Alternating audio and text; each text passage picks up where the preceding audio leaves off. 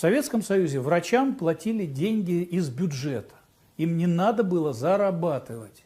Поэтому любые новые лекарства, любые разработки, они были welcome, они были приняты. Наши врачи были очень во многих дисциплинах врачебных впереди гораздо всего мира. В Америке совсем другая ситуация, вам надо зарабатывать. Как вы будете зарабатывать? Конечно, чем дольше вы лечите больного, тем вам больше денег он приносит. Поэтому надо сказать, что Альцгеймер неизлечим, диабет неизлечим. Да? Чем больше вариаций всевозможных лекарств вы выпустите, тем лучше, тем больше вы продадите.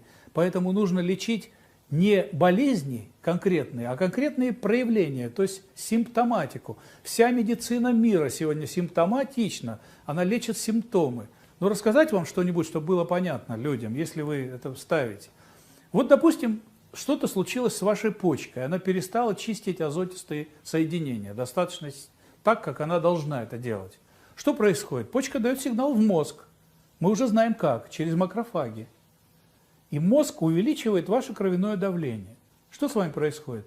Вы тут же бежите куда? К кардиологу и говорите, у меня давление повысилось. Кардиолог говорит, нет проблем. Самое лучшее средство, раз вам депрессант, и ваше давление прибили. А почка-то не может работать. Она просила мозг прибавить давление крови, чтобы чистить нормально азотистые соединения. Они же никуда не делись. Куда она их девает? Она их выбрасывает в межклеточное пространство. Да? Они путешествуют по всему вашему телу. Где они скапливаются? В суставах. У вас заболели колетные суставы, у вас заболел позвоночник. Куда вы идете? К остеопату. Остеопат говорит, колени, я специалист по коленям, вот вам нестероидный препарат. Вы его начинаете принимать. Куда бьет в первую очередь нестероидный препарат? По почкам. Почка орет уже, кричит, я погибаю, я не могу выполнить функцию. Вы же убьете организм. Примерно так она разговаривает с мозгом. Мозг повышает давление крови. Вы куда идете? К кардиологу. Кардиолог говорит, ой, не помогает, а вот наиболее сильное средство. Он вам дает такой депрессант давления, что у вас оно снижается.